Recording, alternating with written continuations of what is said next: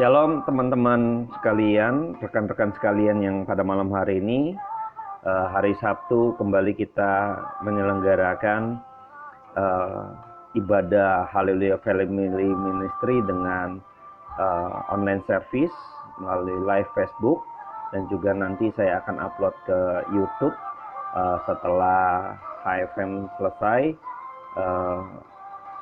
Jadi kalau di YouTube nanti relay gitu ya, dari saya rekam dari Facebook Live, bisa nanti saya uploadnya setelah itu. Nah, pada malam hari ini saya berharap kita semua tetap di dalam kondisi yang sehat, yang juga sampai hari ini kiranya Tuhan memberkati kita, karena setiap harinya, setiap Sabtunya terlebih lagi kita boleh bersama-sama diberikan kekuatan, kesehatan, dan diberikan anugerah untuk terus dapat merenungkan kebenaran firman Tuhan, dapat boleh mendengar kebenaran firman Tuhan. Dan pada malam hari ini saya akan bahas mengenai bagaimana Yesus mengajar gitu ya. Jadi kalau kita tahu bahwa hidup manusia ini dari kecil sampai nanti tua juga belajar. Jadi kita hidup di dalam masa kesementaraan kita ini terus belajar. Ya, nanti sampai di surga nanti pun kita kembali lagi belajar dari sang firman itu sendiri, karena kita berjumpa dengan Kristus yang adalah sang firman itu. Kita bertemu dengan kebenaran yang sejati, dan kita juga di situ belajar. Sebelum saya mulai, saya akan berdoa buat setiap kita. Bapa dalam surga, terima kasih buat pada malam hari ini kami boleh kembali dikumpulkan melalui online service seperti ini. Lewat media seperti ini, kami mengucap syukur karena Tuhan masih memberikan kemurahan, sehingga pada malam hari ini Engkau masih memberikan kami kesempatan untuk bisa mendengar kebenaran firman Tuhan. Hamba-Mu berdoa buat setiap rekan-rekan yang ada di rumah masing-masing Tuhan. Biarlah mereka Tuhan dijamah oleh Tuhan melalui kuasa Roh Kudus-Mu, melalui perkataan daripada Allah sendiri yang bertata atas hati dan pikiran setiap kami yang mendengar kebenaran firman Tuhan. Beracaralah Tuhan di dalam ruang hati dan jiwa kami Tuhan, serta dalam pikiran kami kuasai sepenuhnya, sehingga kami tunduk oleh kebenaran-Mu. Terpujilah Engkau Tuhan, kekal selama-lamanya sampai selama-lamanya.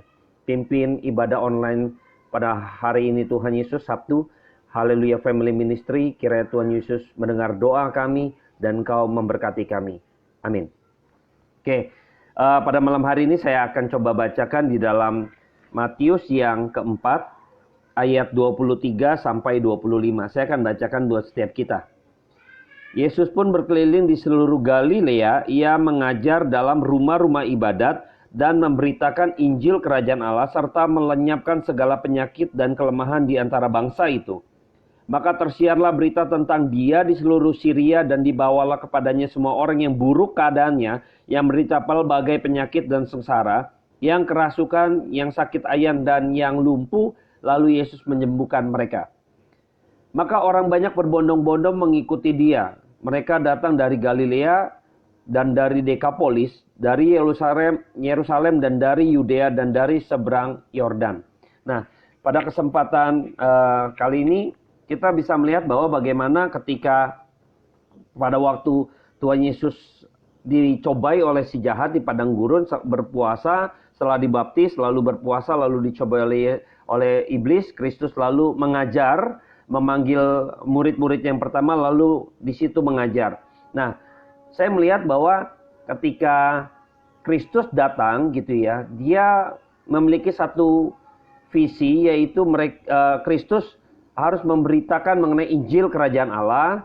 Dia akan mengajar mengenai Kerajaan Allah, berita tentang keselamatan yang datang daripada Allah Bapa melalui dirinya sebagai perantara. Dan ketika Kristus mengajar, lalu di situ kita melihat ada 3 poin penting yang akan coba saya sampaikan pada malam hari ini. Yang pertama di situ di ayat 23 dikatakan Kristus Ia mengajar, lalu memberitakan Injil dan melenyapkan segala penyakit gitu ya. Jadi ada mengajar, menginjil, lalu Kristus menyembuhkan orang yang sakit ya. Jadi pada waktu perjanjian lama sampai masuk ke dalam perjanjian baru, itu ada satu masa yang begitu panjang, Tuhan seolah-olah berdiam. Jadi tidak ada lagi nubuatan nabi dan sebagainya, tidak dihadirkan demikian. Lalu ketika ada satu kabar baik, yaitu ketika Kristus lahir harus turun ke dalam dunia, lahir di dalam kandungan perawan Maria. Nah, pada waktu itu berita kabar baik ini mengenai kelahiran Sang Juru Selamat itu menjadi satu bagian sejarah kembali Tuhan ingin berkata-kata melalui Kristus, ya. Nah, nanti kita melihat bahwa bagaimana ketika itu akhirnya di dalam bayang-bayang perjanjian lama ini, akhirnya di dalam masa perjanjian baru melalui Kristus yang turun ke dalam dunia ini, yang dilahirkan sebagai anak manusia, maka Kristus ini akan terus memberitakan keselamatan yang datang daripada Allah Bapa di dalam dirinya, dan Kristus harus mengajar setiap orang, setiap murid-muridnya yang percaya kepadanya untuk meletakkan pengertian yang benar, untuk meletakkan dasar yang begitu kuat, untuk supaya murid-muridnya bukan menjadi murid-murid yang percaya dengan membabi buta, tetapi iman percaya mereka ditopang dengan dasar pengertian yang benar akan kebenaran firman Tuhan. Jadi ini bagian yang penting. Nah, jadi seringkali kita menjadi orang Kristen, kita tahu ya bahwa kita nggak boleh terlepas yang namanya belajar. Jadi kalau kita bicara kekristenan atau iman, kita percaya kepada Kristus sebagai pribadi yang beriman kepada Kristus, sebagai murid-murid Kristus, sebagai orang-orang Kristen, katakanlah demikian.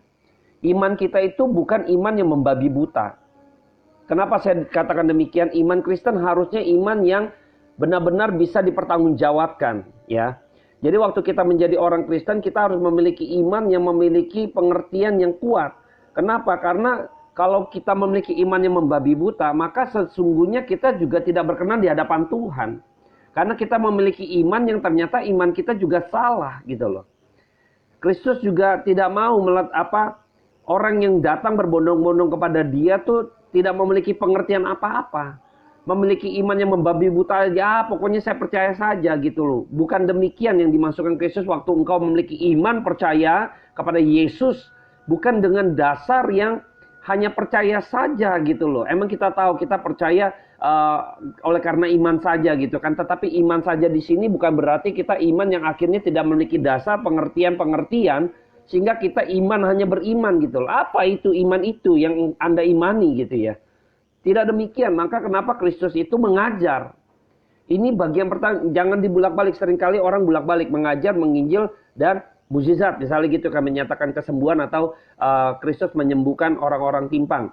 Ini seringkali orang menekankan hal yang terakhir ini, orang-orang yang sakit disembuhkan, gitu kan, hal-hal yang bersifat penyembuhan, gitu kan, hal-hal yang bersifat jasmani lah, gitu kan. Kita harus tahu pada waktu zamannya Kristus itu orang-orang yang kena kusta, misalnya, itu adalah orang-orang yang penggambaran yang dihukum Tuhan, gitu ya. Tapi nggak sepenuhnya orang yang misalnya buta sejak lahir, bukan sepenuhnya itu semua case by case, nggak semuanya itu penyakit itu akhirnya hukuman Tuhan, tidak. Tapi ada juga yang dalam rencana Tuhan, gitu loh.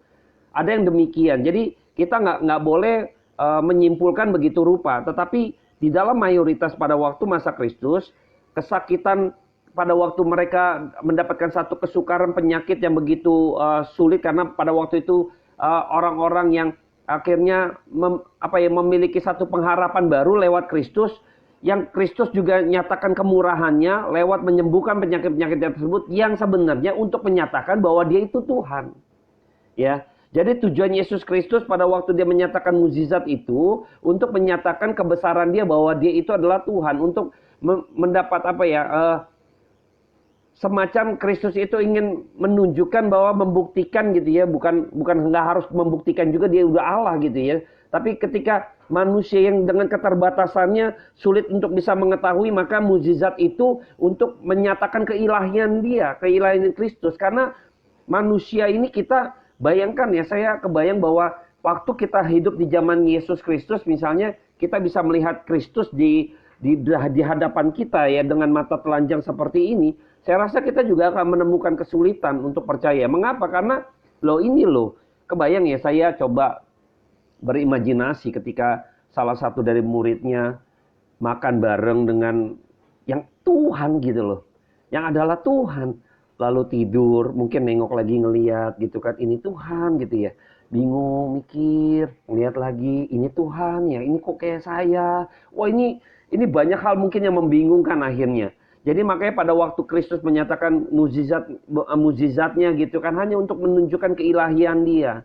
Makanya mengapa Kristus juga harus mengajar dan memberitakan Injil. Ini dua poin pertama ini yang paling harus kita benar-benar tunggu-tunggu, yang harus benar-benar kita nanti-nantikan gitu loh.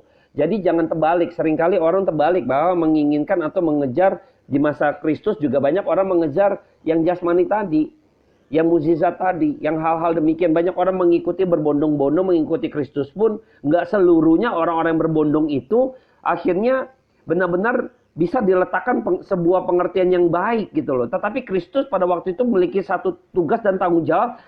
Kristus ingin menyampaikan kebenaran, maka dia mengajar gitu loh.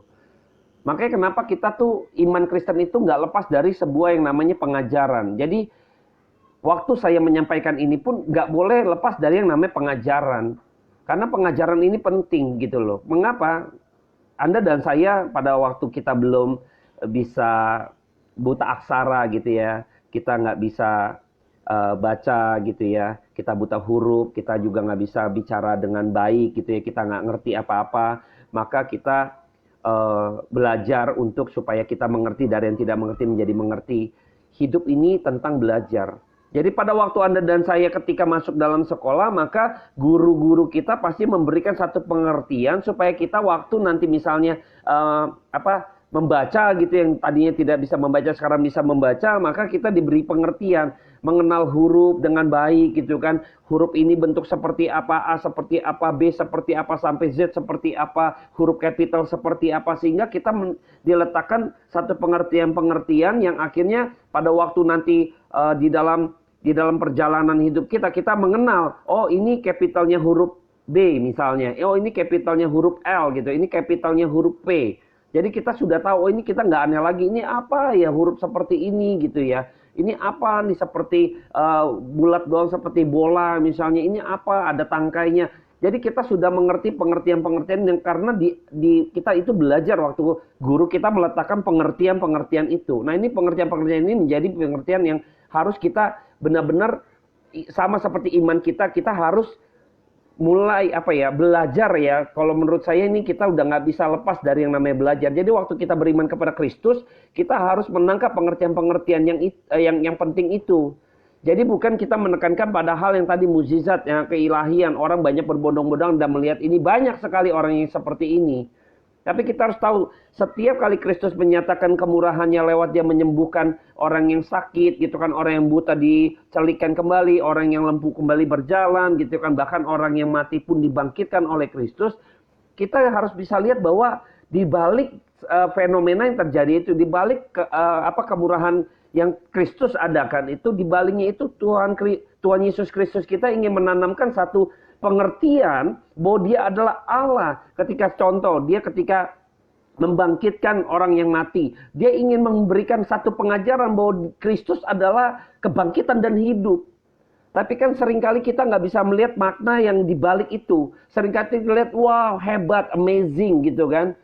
Waduh luar biasa nih, orang mati bangkit gitu kan. Dia nggak bisa melihat di balik itu semua. Makanya ketika Kristus menyatakan satu kemurahannya, dia selalu ingin menanamkan satu pengertian-pengertian di balik itu semua. Maka pada malam hari ini kita tahu yang poin pertama adalah ketika Kristus mengajar, ketika Kristus harus memberitakan Injil gitu kan, lalu dia menyembuhkan gitu kan. Dan dua poin di atas ini adalah poin yang paling penting yang harus kita benar-benar sama-sama benar-benar kita menyikapi hal ini. Yang ini yang harus kita kejar yuk sama-sama. Jadi kita nggak boleh lepas yang namanya belajar kebenaran firman Tuhan. Mengapa saya bilang iman Kristen itu harus benar-benar didasar pada satu pengertian. Kalau Anda dan saya pahami ketika Kristus mengajar kepada murid-muridnya, lalu di dalam Matius itu pasal yang ke-5 sampai ke-7, itu khotbah Yesus Kristus di bukit. Jadi orang banyak itu dikumpulkan, lalu Yesus Kristus itu mengajar. Nah, di dalam pasal 5 sampai 7 itu Yesus Kristus menanamkan satu pengajaran-pengajaran penting kepada manusia, kepada orang-orang yang mendengar itu, kepada murid-muridnya. Untuk bekalnya di ujung nanti, di pasal ke-7 itu di akhir, itu nanti bermuara kepada dua macam dasar. Jadi nanti di dalam khotbah bukit, di atas bukit itu, khotbah di bukit pasal 5 Matius 5 Matius 5 sampai 7 itu, nanti ujungnya itu bermuara kepada dua macam dasar. Kristus menutup dengan hal demikian. Kenapa? Karena ini bagian penting. Jadi ketika itu Yesus Kristus ingin meletakkan pengertian yang benar terhadap iman orang-orang percaya. Jadi orang-orang percaya harus dua macam dasar itu antara pasir dan juga batu. Nah, Yesus Kristus sedang menanamkan satu pengertian sehingga iman orang Kristen didirikan dari dasar yang kuat, yang kokoh, yaitu batu, bukan pasir. Kalau pasir itu orang yang hanya beriman, yang percaya begitu saja membabi buta, tanpa dia mengerti, tanpa di baliknya ada satu pengertian. Kalau hal ini tidak ada, maka ketika Anda dan saya beriman, maka ini nanti nunggu waktu doang gitu ya. Nunggu waktu doang hal-hal demikian. Kenapa? Nanti dia nggak akan menjadi orang-orang yang akhirnya menolak Kristus atau meninggalkan Kristus. Kita tahu bahwa di dalam Kejadian Alkitab menuliskan banyak orang yang akhirnya meninggalkan Kristus. Padahal pada waktu itu dia melihat kuasa Tuhan yang begitu luar biasa. Saya coba ambil contoh deh yang rutin saya coba pakai itu yang klasik gitu ya. Itu ketika Kristus memberi makan 5.000 orang. Itu bicara mana sorgawi, dia bahas mengenai Musa, dia coba orang-orang Yahudi, mereka ahli-ahli Taurat, kenal yang namanya Musa. Pada waktu itu mereka belajar bagaimana bangsa Israel keluar daripada Mesir, lalu nenek moyang mereka diberi makan dari surga, mana sorgawi. Nah, Yesus Kristus itu menyatakan mana sorgawi itu yang sifatnya bayang-bayang, itu yang hanya waktu orang makan pun bisa mati. Sekarang Kristus sebagai mana sorgawi yang daripada Bapa yang dia katakan akulah roti hidup ini sekarang turun dari surga, turun ke dalam dunia ini, maka engkau harus percaya kepadaku, akulah roti hidup. Wah, mereka tidak bisa terima itu. Bukankah dia ini anak tukang kayu, anaknya Yusuf, anaknya Maria, dan lain sebagainya. Nggak bisa terima. Padahal mereka baru saja melihat satu kejadian yang luar biasa ketika Yesus Kristus harus memberi makan roti kepada 5.000 orang. Bayangkan, itu satu fenomena yang besar, mukjizat yang besar. Tapi di balik itu mereka nggak bisa melihat. Mengapa? Karena mereka tidak mau belajar, mereka tidak mau mendengar, mereka tidak mau diletakkan satu pengertian di dalam iman mereka. Sehingga makanya nggak heran kalau orang-orang Kristen kalau tidak ditanam dengan imannya tidak ditanam dengan pengertian yang benar, maka satu kali tunggu waktu aja. Tunggu waktu, nanti semua akan diuji. Di dalam dua macam dasar saya akan bacakan buat setiap kita. Di dalam Matius 7 ayat yang ke-24 sampai 27 saya akan bacakan. Saya nggak akan kupas ini begitu banyak gitu ya. Saya mau tanamkan mengenai pengertian. Setiap orang yang mendengar perkataanku ini dan melakukannya, ia sama dengan orang yang bijaksana yang mendirikan rumah jadi di atas batu. Kemudian turunlah hujan dan datanglah banjir, lalu angin melanda rumah itu. Tapi rumah itu tidak rubuh sebab didirikan di atas batu. Tetapi setiap orang yang mendengar perkataanku ini dan tidak melakukannya, ia sama dengan orang yang bodoh yang mendirikan rumahnya di atas pasir. Kemudian turunlah hujan dan datanglah banjir, lalu angin melanda rumah itu, sehingga rubuhlah rumah itu dan hebatlah kerusakannya. Nah, pada waktu Kristus menutup dalam khotbahnya di Bukit di pasal 7 itu dengan perumpamaan dengan dua macam dasar, ini sebenarnya ujungnya itu Kristus ingin meletakkan ketika mengajar pada waktu itu, ingin meletakkan satu pengertian yang benar.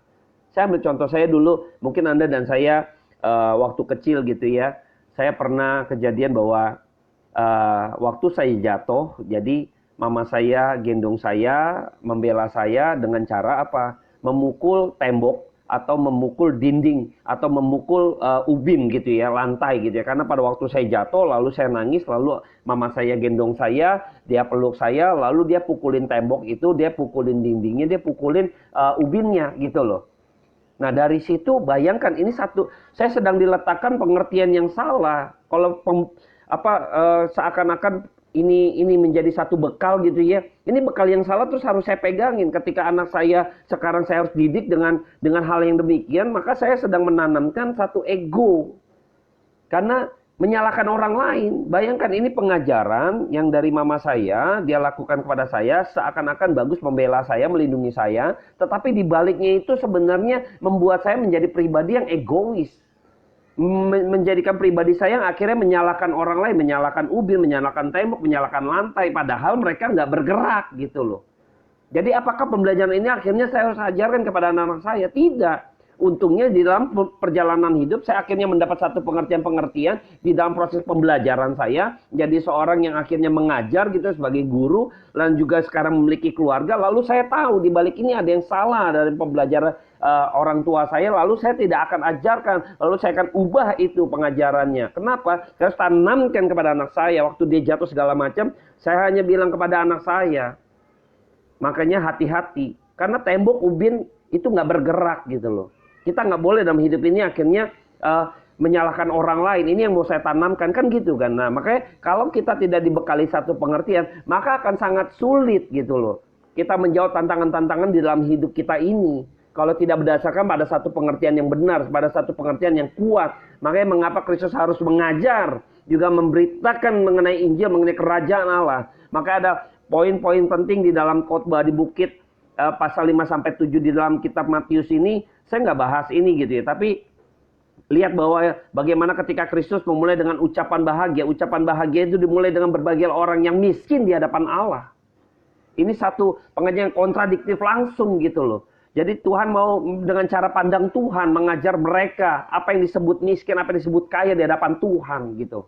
Banyak hal-hal lain mengenai hal-hal nanti Kristus bicara garam dunia dan terang dunia, Yesus dan hukum Taurat. Ini bicara nanti bagaimana ketika keselamatan daripada Tuhan, bagaimana orang akhirnya menekankan pada perilaku dan sebagainya. Juga Tuhan Yesus menekankan hal-hal yang bersifat teosentris dan lain sebagainya. Ini saya nggak akan bahas mendalam gitu. Tapi ada beberapa poin terus penting. Hal berdoa, hal bersedekah, hal mengumpulkan harta, hal berpuasa. Itu semua poin-poin yang akhirnya Kristus mau membereskan satu pengertian-pengertian bagi setiap mereka yang saat ini mereka mendengar itu salah gitu kan. Mereka mendengar kayaknya kesan pendengar itu di akhir nanti di dalam khotbah Kristus itu kita akan lihat bagaimana pendengar itu merasa takjub gitu loh.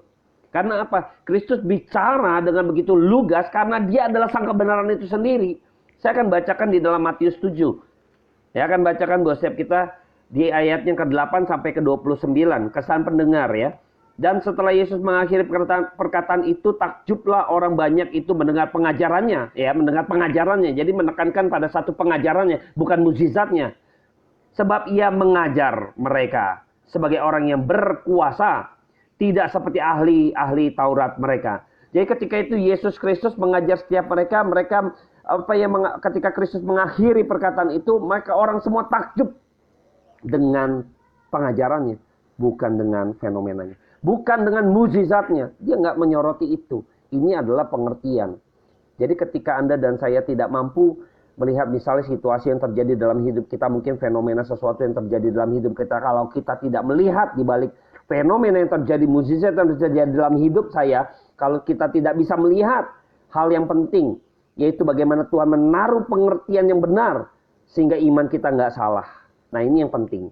Ini yang meletakkan dasar ini yang begitu Kristus berjuang begitu rupa. Begitu juga pula murid-muridnya, begitu juga Rasul Paulus berjuang begitu rupa supaya benar-benar jemaat yang didirikan itu mengalami satu pengenalan yang benar. Karena Paulus juga begitu rindu jemaat seperti di Efesus gitu supaya kerinduan itu engkau mengenal Kristus gitu ya.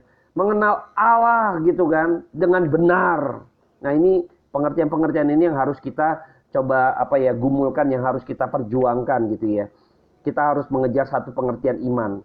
Kalau hanya beriman saja, maka suatu kali hujan, banjir akan melanda, angin akan bertiup gitu kan, segala akan diguncang seperti saat ini corona Tuhan pakai gitu untuk menggoncang semua iman daripada pengikut-pengikut Kristus yang akan berserakan lah, akan ketahuan yang tidak benar ketahuan, sekarang bercuat gitu ya, seperti menampi gitu kan, yang nggak ada bobot ketahuan gitu ya, sekarang kelihatan gitu loh. Nah saya berharap di masa corona ini pun, ketika kita social distancing pun, yuk kita bersama belajar kebenaran firman Tuhan. Anda dan saya harus benar-benar meletakkan iman kita di dalam satu pengertian. Kalau tidak, maka kita tidak akan pernah bisa menjawab tantangan dalam hidup ini yang terjadi dalam dunia yang sementara ini. Saya ambil contoh ketika saya mengajar gitu ya sebagai guru. Maka pada waktu guru itu mengajar, maka guru itu coba meletakkan satu pengertian kepada anaknya. Bukan sekedar anaknya itu, siswanya itu hanya menghafal gitu loh. Contoh matematika misalnya. Jadi misalnya dia hanya menghafal saja, ini celaka juga. Begitu yang diketahui diganti gitu ya. A, B, dan C. Kalau latihan orang hafal A dan B, misalnya C itu sama dengan A plus B gitu kan. Begitu yang diketahuinya C dan A, dia bingung. Cari B-nya bagaimana gitu kan. Dia nggak mendapat satu pengertian. Oh, B itu hasil dari C dikurang A gitu kan. Tapi kalau dia hafal begitu dia nggak ngerti gitu loh. Loh ini saya tahunya C sama dengan A plus B gitu loh. B-nya harus diketahui, A-nya harus diketahui gitu loh. Saya nggak bisa dapet C nilai sebagainya. Karena nggak ada satu pengertian. Jadi kalau kita tahu pengertian, maka betapapun sulitnya soal dikutak-atik begitu rupa, di dalam persoalan misalnya contoh tadi saya analogikan matematika, maka si guru ketika mengajar kepada siswa itu, ketika siswa itu mendapat satu pengertian yang benar, maka betapapun sulitnya soal yang diberikan, karena dia sudah mendapat satu pengertian, maka anak ini pasti mampu bisa menjawab. Ini penting. Pengertian itu menjadi bagian daripada orang-orang Kristen yang sejati untuk imannya, supaya imannya begitu kuat sehingga tantangan dalam hidup ini yang terjadi, entah itu angin, entah itu badai, entah itu banjir, entah itu air besar gitu kan, hujan deras begitu ya, yang terjadi dalam hidup kita, maka karena kita mendirikan di atas batu, kita bisa melewati itu semua. Kenapa? Karena di dalam iman kita ada satu pengertian, kita mengenal Kristus dengan benar.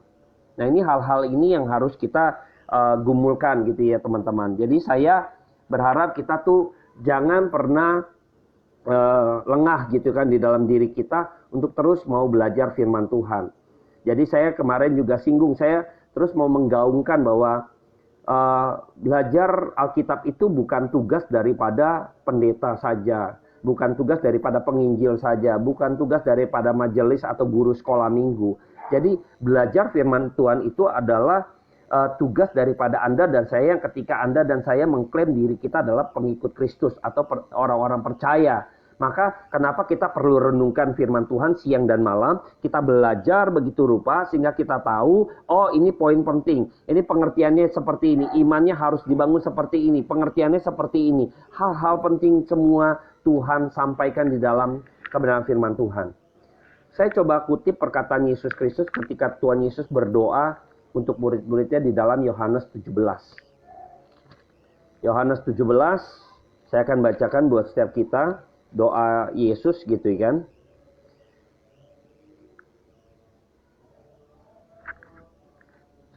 Saya akan coba kutip saja. Sebentar ya, saya akan coba lihat kutip aja. Mengenai hidup yang kekal gitu ya. Sekarang aku datang supaya mereka semua menjadi satu Bapa.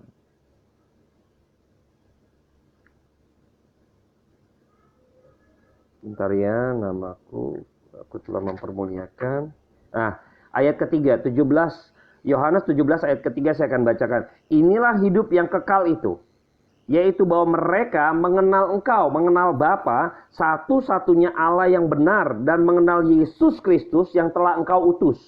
Nah, Kristus sudah di dalam Alkitab gitu ya, Injil Yohanes sudah membukakan pada kita satu rahasia sedikit ini.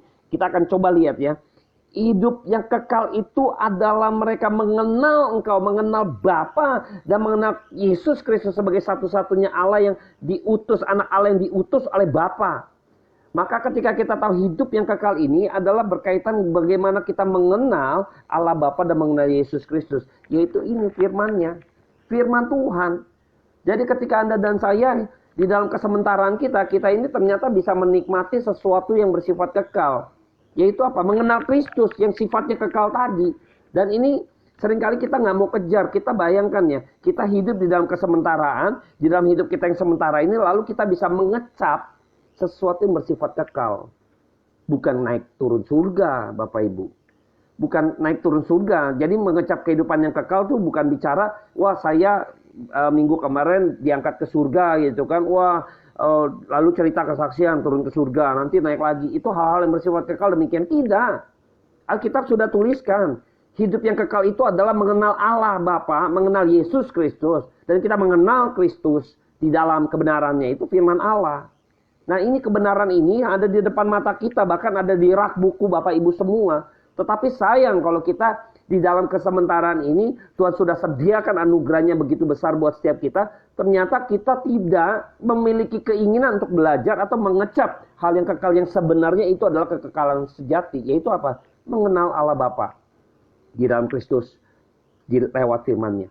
Kita nggak pernah mau kejar itu, kita mau tuh mengecap kekekalan yang fenomena saya diantar. Ya pengenlah mengecap surga tuh seperti apa gitu ya.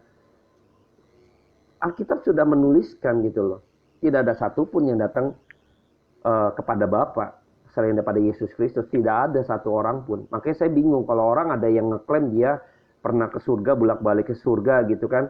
Ya saya mikir itu surganya yang mana gitu ya. Karena Alkitab mengatakan gitu loh. Tidak ada satupun orang yang datang kepada Bapa selain daripada Yesus Kristus. Tidak ada. Nanti iya. Tapi yang sekarang belum ada. Nanti kedatangan kedua kali gitu loh. Jadi hari ini ada orang yang mengklaim demikian. Kalau kita nggak belajar firman Tuhan, bayangkan kita bisa tersesat ya. Oh gitu ya. Ini luar biasa ya, pendeta ini ada mereknya lagi. Misalnya pendeta ini besar, pendeta besar. Jemaatnya banyak pula misalnya. Lalu kita, wah terhipnotis. Wah itu luar biasa itu pendeta. Dia naik turun surga gitu kan. Kalau kita nggak belajar firman Tuhan, kita terjebak dengan hal-hal demikian celaka. Iman kita nggak heran gitu ya. Nanti suatu kali nanti Tuhan akan tampi kok. Masa corona ini pun saya melihat Tuhan menampi. Ketahuan deh yang nggak berbobot, yang bersifat-sifat fenomenal. Akhirnya ya ayo sekarang hentikan coronavirus misalnya seperti itu. Mau nantang Tuhan misalnya, ayo silakan. Silakan. Bukan saya ingin menantang Anda dan saya oknum tertentu, tidak. Tapi maksud saya pengen kita jemaat awam, orang-orang yang percaya yang saat ini bingung begitu rupa, jangan pernah bingung. Anda jangan seperti domba yang mau dibodohi gitu rupa, yang mau digiring dengan pengajaran yang akhirnya salah gitu. Anda belajar firman Tuhan. Anda belajar firman Tuhan. Udah itu aja saya ingin menanamkan bahwa yuk kita sama-sama belajar firman Tuhan. Yuk kita melek firman Tuhan. Jangan sampai lengah iman kita. Jangan sampai lengah. Hancur hati di hadapan Tuhan. Kalau selama ini saya juga pernah, Bapak Ibu, saya sedikit kesaksian menutup pada malam hari ini untuk sesi HFM. Saya dulu pernah, kata tanda petik gitu ya, mengimani sesuatu yang salah. Dan sulit rasanya, kalau bukan anugerah Tuhan, saya sadar itu ada anugerah Tuhan gitu ya. Kalau enggak, mungkin saya nggak bisa lepas. Meyakini sesuatu yang salah gitu kan. Kayaknya udah salah pun, pada waktu itu saya ngeliat, udah salah pun masih kita bela begitu rupa. Padahal salah loh. Tapi kita bela gitu. Kenapa? Karena kita bodoh. Karena kita nggak tahu yang benar gitu. Dan kita juga nggak mau membuka diri terhadap yang benar tadi. Kita takut terkontaminasi. Kita bilang kita udah memegang ini yang benar. Padahal salah nih. Saya pegang begitu rupa. Lalu sampai satu kali ada orang yang akhirnya saya membuka diri saya, pikiran saya. Lalu saya begitu diskusi saya. Oh begitu ya. Oh dibukakan. Bayangkan kalau saya begitu keras hati. Tidak mau belajar. Tidak mau dengar yang lain. Tidak mau dengar kebenaran yang lain yang dijelaskan. Saya berasa, jadi yang egois itu sebenarnya saya nih. Yang berasa diri saya benar. Orang yang lain berkata kebenaran misalnya. Lalu saya nggak terima orang ini. Lalu seringkali kan kita bilangnya orang itu yang egois. Sebenarnya yang egois saya. Kenapa? Karena saya yang berasa diri saya benar sebenarnya. Karena saya nggak mau buka diri saya. Jadi seringkali dunia tuh sedang digonjang-ganjingi dengan paradigma cara berpikir yang terbalik gitu loh. Sekarang saya ambil contoh diri saya gitu ya. Saya pegang sesuatu yang salah. Lalu ada teman saya mau bilangin, Hengki kamu pegang itu salah gitu loh. Enggak, ini saya ini pegang emas, padahal ini batu saja, batu kolar gitu loh. Saya nggak, wah ini batu berharga gitu kan. Kamu aja yang iri, saya pegang ini. Kamu nggak ada kan, kamu nggak bisa pegang kan, saya yang bisa pegang kan. Lalu saya diemin aja. Dia bilang, enggak, nih ciri-ciri batu berharga emas tuh seperti ini. Saya nggak mau dengar, kamu mah berasa kamu benar. Padahal yang egois itu saya. Saya merasa benar. Kenapa? Yang saya ngotot, yang saya pegang ini. Dia kan sedang bilang sesuatu mengenai kebenaran, pengetahuan atau apapun. Jadi yang egois itu saya sebenarnya. Lalu saya tuduh dia, kamu egois, mau menang sendiri. Itu bilang kamu emas. Nah, Saya jadi mikir, ini yang egois siapa, yang mau menang sendiri itu siapa? Saya bersyukur Tuhan bukakan pada saya, Tuhan berikan hancur hati buat saya, untuk saya kembali akhirnya bisa iman saya dibangun kembali gitu ya, untuk di dalam pengertian yang benar. Saya berharap kita semua juga begitu. Saya terus terang berjuang begitu rupa, bergumul buat setiap rekan-rekan yang mungkin saat ini sudah cinta sesuatu yang salah gitu ya. Maaf teman-teman, yuk mari open mind. Yuk bukakan diri, jangan sampai kita keras hati. Lalu kita menuduh balik bahwa orang itu orang dia yang egois, dia yang maunya selalu benar. Tidak. Yuk kita coba buka pikiran kita buka ruang, kita beri ruang untuk diri kita sendiri. Atau paling tidak berdoa, Tuhan tolong ajarkan saya Roh Kudus, tolong pimpin saya mau hancur hati. Bongkar hati saya, iman saya yang salah. Bongkar Tuhan pondasi itu, ganti Tuhan. Belajar kebenaran firman Tuhan, baca firman Tuhan. At least baca aja firman Tuhan. Kalau nggak mau dengerin yang lain, yuk dengerin firman Tuhan. Buka buku, sekarang banyak sekali informasi, buku tafsiran, coba lihat, teliti begitu rupa firman Tuhan. Yuk kita sama-sama belajar. Ingat, Kristus tidak lepas dari yang namanya ketika itu Yesus mengajar, Yesus memberitakan Injil, lalu dia menyembuhkan. Ya, jangan dibulak-balik. Yesus Kristus datang tidak lepas dari pengajaran dan juga berita Injil. Tidak lepas dari hal ini. Kalau ada mukjizat pun menyatakan bahwa dia Allah. Dia itu adalah Sang Firman. Ini hanya untuk menyatakan keilahan dia, tidak lepas dari Injil tadi. Pengertian di balik fenomena yang terjadi yang luar biasa dalam hidup kita, mukjizat yang terjadi dalam hidup kita. Lihat, di balik itu ada pengertian apa? Ini yang harus kita gali. Ini yang harus kita gumulin. Ini yang harus kita benar-benar sungguh-sungguh cari. Ini yang harus kita benar-benar gumulkan semua. Pada malam hari ini saya terbatas, tapi saya bersyukur karena malam hari ini saya juga diberkati oleh kebenaran firman Tuhan yang boleh disampaikan. Dan biarlah memberkati setiap kita. Saya akan berdoa buat setiap kita. Bapa dalam surga, terima kasih buat pada malam hari ini. Kiranya Engkau memberkati kami lewat pengertian-pengertian yang mendalam. Terima kasih buat kebenaran firman Tuhan pada malam hari ini. Boleh berkata-kata atas setiap hati dan pikiran kami. Terima kasih Tuhan Yesus buat setiap kami boleh kembali berjumpa dengan firman-Mu Sang hidup. Yang sang kekal itu Tuhan turun atas kami Tuhan. Karena setiap malamnya Tuhan kami boleh mendengar kebenaran firman Tuhan lewat semua media yang ada. Mohon pimpin Roh Kudus agar kami boleh dituntun mendengar kebenaran yang sejati, mendengar pengajaran-pengajaran yang benar, yang sehat, yang berasal daripada Tuhan saja. Mohon Tuhan, kami domba-domba-Mu begitu lemah. Kami mohon pimpinan daripada Roh Kudus-Mu. Di dalam nama Tuhan Yesus Kristus, hamba-Mu menyerahkan semua dalam tangan Tuhan, kiranya memberkati orang-orang yang mendengarkan daripada live streaming ini Tuhan. Tuhan memberkati mereka, sebagaimana Tuhan memberkati hamba-Mu ini ketika mendengar kebenaran firman Tuhan ini. Tuhan dengar doa kami. Dalam nama Tuhan Yesus Kristus, kami berdoa. Amin. Terima kasih teman-teman yang sudah join dan berbagian. Kiranya Tuhan Yesus memberkati. Tetap memiliki semangat untuk belajar kebenaran firman Tuhan. Ingat, belajar Alkitab bukan tugas dari pendeta atau penginjil saja, tetapi buat setiap kita yang percaya kepada Kristus, sehingga iman kita dibangun atas dasar kebenaran firman Tuhan yang kokoh. Tuhan Yesus memberkati.